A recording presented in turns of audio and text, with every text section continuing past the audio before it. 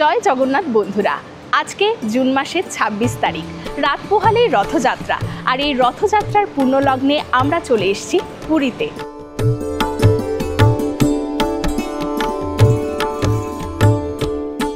ঘড়ির কাঁটায় এখন বাজছে সকাল 10:30। এখন আমরা যাচ্ছি মন্দির প্রাঙ্গণে। আজকের এই ভিডিওতে থাকছে রথযাত্রার প্রস্তুতি পর্ব। প্রস্তুতি ঠিক কত দূর হয়েছে, কি কি কাজ বাকি আছে, সকল যাবতীয় তথ্য থাকছে এই ভিডিওতে। আমাদের হোটেলের ঠিক সামনেই এরকম অটো রয়েছে, এখান থেকেই অটো নিয়ে আমরা যাব মন্দিরের দিকে। যদিও পুরো মন্দির অবধি অটো যাবে না, অনেকটা আগেই অটো কিন্তু নামিয়ে দেবে।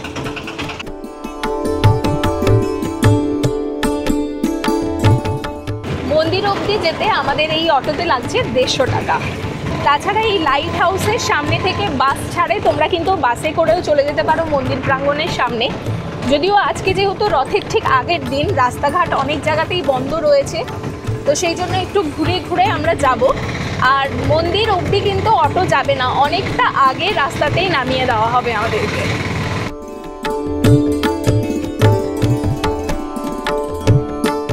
অটো আমাদেরকে এই বারাবাটি পার্কিংয়ের সামনে নামিয়ে দিল। এখান থেকে বেশ কিছুটা হেঁটে গেলে আমরা পৌঁছাবো মন্দির চত্বরে।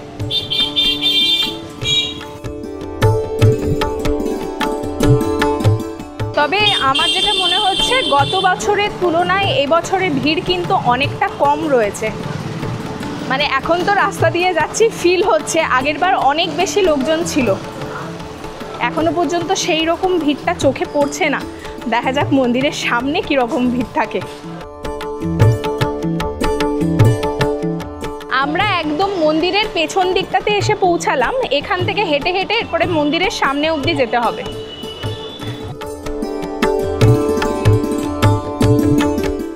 আমরা কিন্তু মন্দিরের ভেতরে ঢুকলাম। এখানে প্রচুর লোকেরা রয়েছেন, দর্শন করার জন্য লাইন দিয়েছেন। এটার ভেতর দিয়ে সোজা গিয়েই আমরা পৌঁছাবো রথের একদম সামনে।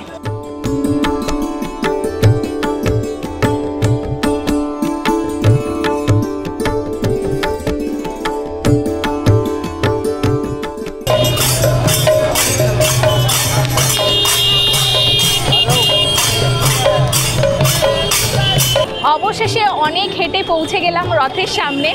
সবার প্রথমেই আমরা রয়েছি বলরাম দেবের রথের সামনে। রথের কাজ কিন্তু বলতে গেলে পুরোটাই শেষ হয়ে গেছে। প্রচুর পুণ্যার্থী মানুষেরা এসছেন রথ দর্শন করতে। সমগ্র পুরী জুড়ে কিন্তু সাজো সাজো রথ পড়ে গেছে।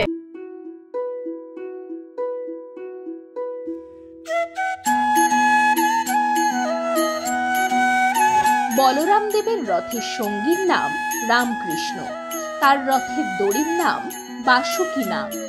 এই রথের সারথীর নাম মাতালি, রক্ষীর নাম বাসুকী। বলরাম দেবের রথে আরো 9 জন দেবতা থাকেন। তারা হলেন কার্তিক, গণেশ, সর্বমঙ্গলা, মৃত্যুঞ্জয়, মুক্তেশ্বর, প্রলঙ্গরী, হলায়ুধ, নতম্বর ও শেষদেব। বলভদ্র বা বলরাম দেবের রথের নাম হচ্ছে তালোধ্বজ, যার কাপড়ের রং হচ্ছে লাল এবং সবুজ। আর এখানে রয়েছে 14টি চাকা। এই রথে 14টি চাকা রয়েছে।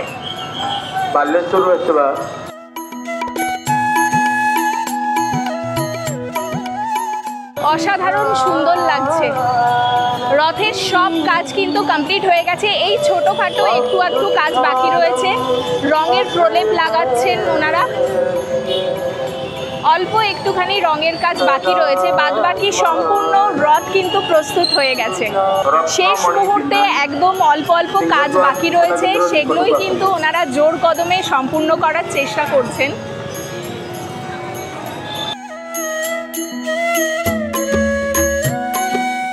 বলরাম দেবের রথের ঠিক পাশেই এখানে রাখা রয়েছে ঘোড়াগুলি।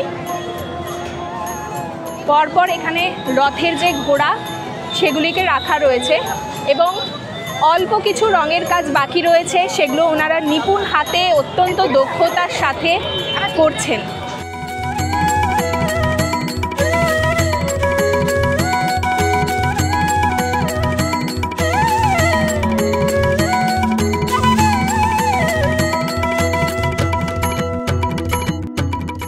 চোখে পড়ছে এখানে কিন্তু প্রচুর স্কুটি, বাইক এগুলো ঢুকছে আজকে। কালকে থেকে এগুলো বন্ধ থাকবে, মানুষের যাতায়াত করতে সেক্ষেত্রে সুবিধা হবে। চারিদিক দিয়ে দেখো শুধু বাইক আসছে, প্রচুর মানুষের সমাগম হয়েছে এই মন্দির প্রাঙ্গণে। মানে এই পরিবেশটা কিন্তু একেবারে আলাদা। অন্যান্য সময়, বছরের অন্যান্য সময় যখন তোমরা আসো পুরীতে, তখন যে পরিবেশটা থাকে, আজকের পরিবেশটা কিন্তু একেবারে আলাদা রকমের।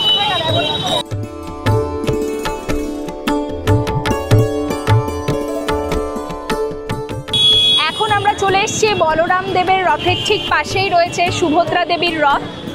ওখানে এই কাপড়ের কিছু কাজ চলছে, কাপড়ের কাজ কিছু বাকি রয়েছে, যেগুলো খুব দ্রুততার সঙ্গে ওনারা করছেন।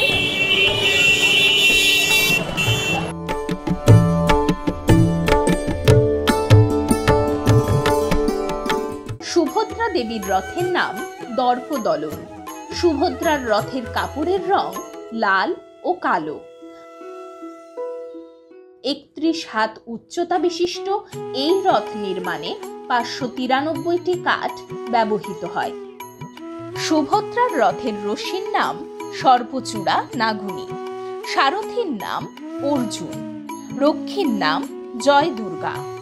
এই রথে সুভদ্রার সঙ্গে আরো 9 জন দেবী অধিষ্ঠান করেন। তারা হলেন চণ্ডী, চামুণ্ডা, উগ্রতারা, বনদুর্গা, শুলি দুর্গা, ভরাই, শ্যামকালী, মঙ্গলা ও বিমলা। এটাই হচ্ছে সুভদ্রা দেবীর রথ। সুভদ্রা দেবীর রথের নাম হচ্ছে দর্পদলন। এখানে রয়েছে 12টি চাকা আর এই রথের কাপড়ের রং লাল এবং কালো। এখানে এই যে ব্রেক, এই ব্রেকের কিছু কাজ চলছে এবং সাথে সাথে পড়ছে রঙের প্রলেপ। মানে একদম অন্তিম মুহূর্তে আমরা চলে এসেছি, কাজ সামান্য কিছু বাকি রয়েছে, সম্পূর্ণ রথ কিন্তু নির্মাণ করা হয়ে গেছে। এরপরে শুধু টুকটাক যে কাজগুলো বাকি রয়েছে সেগুলোই ওনারা অত্যন্ত দক্ষতার সঙ্গে করছেন। এখানে রথের রশি নিয়ে যাওয়া হচ্ছে, এই রশিগুলির দ্বারাই কিন্তু রথগুলোকে টানা হবে। পরপর দেখো এত বড় বড় এরকম রশি আনা হয়েছে।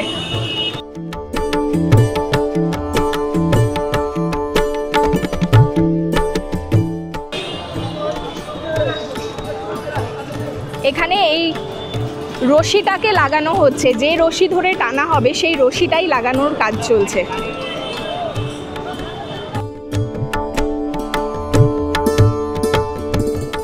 এখন আমরা চলে এসেছি জগন্নাথ দেবের রথের কাছেই। এই রথের কাপড়ের কাজ এখনো চলছে, কাপড়গুলো লাগানো হচ্ছে এবং কিছু কিছু রঙের কাজও চলছে।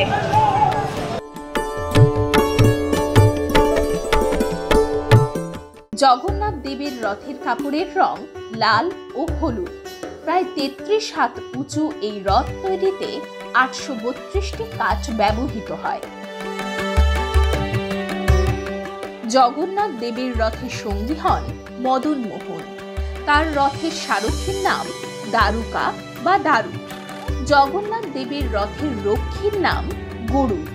রথের রশির নাম শঙ্খচূড়া নাগুনি। জগন্নাথ দেবের রথে আরো 9 জন দেবদেবী থাকেন। তারা হলেন গোবর্ধন, নরসিংহ, কৃষ্ণা, রাম, নারায়ণ, হনুমান, রুদ্র, বরাহ ও ত্রিবিক্রম। সমগ্র মন্দির প্রাঙ্গণ দেখো অপূর্ব সুন্দরভাবে আলপনা দিয়ে সাজিয়ে তোলা হয়েছে, দারুণ সুন্দর। পরপর এরকমভাবে প্রত্যেকটি রথের জন্য রশি ওনারা নিয়ে আসছেন।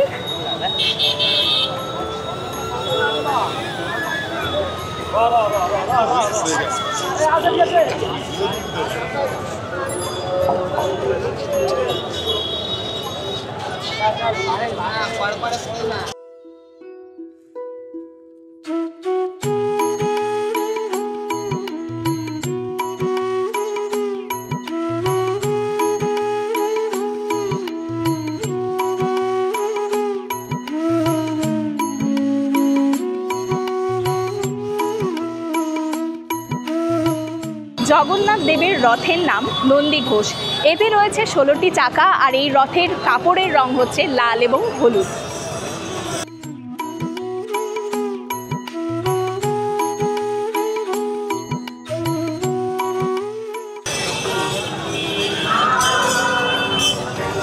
দেখো ছোট বাচ্চাদেরকে নিয়ে যাওয়া হচ্ছে রথকে স্পর্শ করাবার জন্য।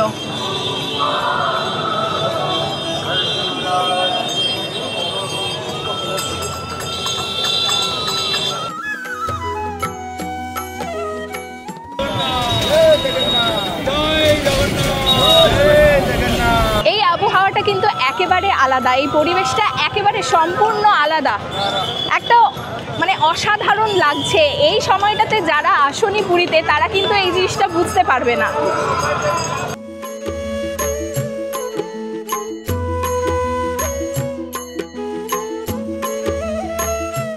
আজ অবধি কিন্তু ভগবানের দর্শন হবে, সেই জন্য কিন্তু দেখো প্রচুর মানুষেরা লাইন দিয়ে মন্দিরে ঢুকছে।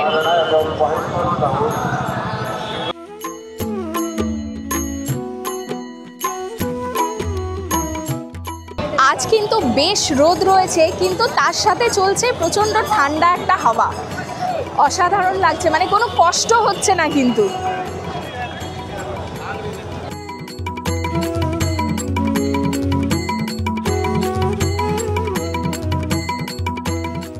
এই যে রথ প্রস্তুত হয় এতে কিন্তু কোনো রকম পেরেকের ব্যবহার করা হয় না, সম্পূর্ণ কাঠ দিয়েই এই রথটি নির্মিত হয়। এই জন্য যখন রথের চাকা ঘোরে তখন যে শব্দটা হয় সেই শব্দটিকে বলা হয় বেদধ্বনি। প্রচুর পুণ্যার্থী মানুষের আগমন ঘটেছে এই পুরী ধামে। চারিদিকে একটা উৎসবের পরিবেশ, সবাই আনন্দে মাতোয়ারা। এখানে কিন্তু চারিদিকে প্রশাসনের লোকজন রয়েছেন, তারা তৎপর হয়ে এই পুরো সম্পূর্ণ জিনিসটাকে সুষ্ঠুভাবে পালন করার চেষ্টা করছেন, যাতে কোনো রকম দুর্ঘটনা না ঘটে তার উপরে কিন্তু তীক্ষ্ণ নজর রাখছেন।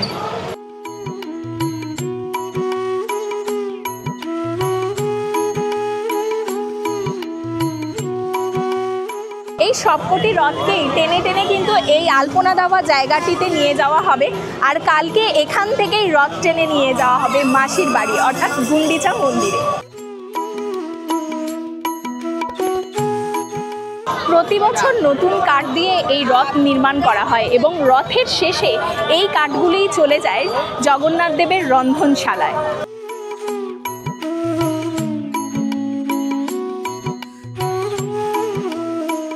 এই রেস্টুরেন্টের ওপরেও কতজন লোক আছেন, ওনারা এখান থেকেই ডিরেক্ট কিন্তু দেখতে পাচ্ছেন এই রথযাত্রার প্রস্তুতি পর্ব।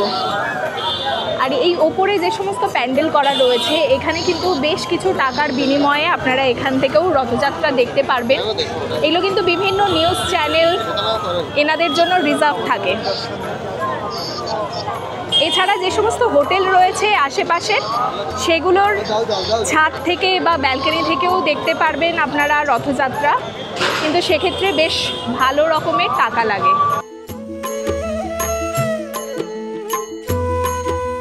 আজ রথযাত্রার আগের দিন, আজকেই এত ভিড়, মানে শুধু কল্পনা করো কালকে কতটা ভিড় হবে। প্রচুর মানুষের আগমন ঘটেছে এই রথযাত্রার পূর্ণ লগ্নে। এখানে কিন্তু জায়গায় জায়গায় পুলিশ প্রশাসনের লোকজন রয়েছেন, যাতে কোনো ঝামেলা না হয়, সুষ্ঠুভাবে এই উৎসবটা পালিত হয়। এবং এই আলপনা দেওয়া প্রাঙ্গণটা কিন্তু অপূর্ব সুন্দর লাগছে। ওই জায়গাটাতে স্নান যাত্রা হয়েছিল, জগন্নাথ দেবকে ওখানে বসিয়ে স্নান করানো হয়েছিল। সম্পূর্ণ এই জায়গাটা সেজে উঠেছে, মন্দির প্রাঙ্গণ সম্পূর্ণভাবে সেজে উঠেছে, অপূর্ব লাগছে।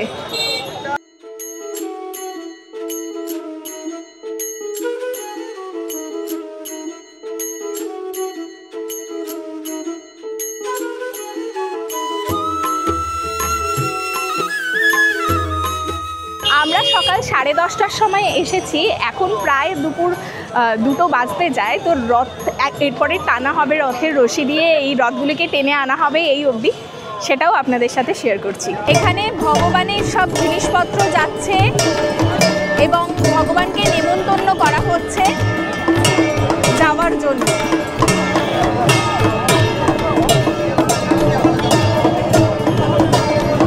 এসছে অটোটা।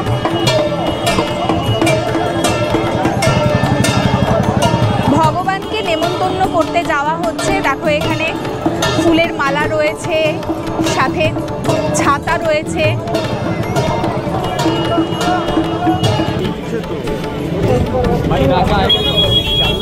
রথের রশি আনা হচ্ছে, এই রথের রশি ধরে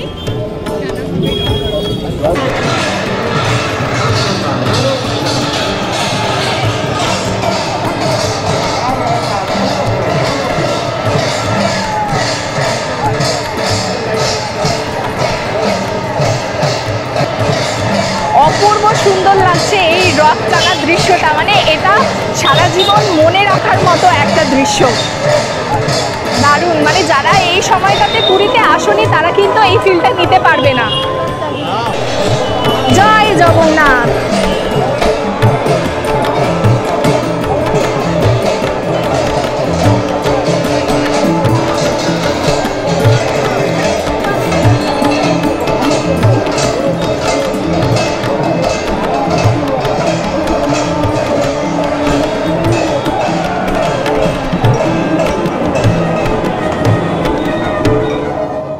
আজকের ভিডিওটা এখানেই শেষ করছি। আশা করছি এই রথযাত্রার প্রস্তুতি পর্বের ভিডিওটা তোমাদের খুব ভালো লেগেছে।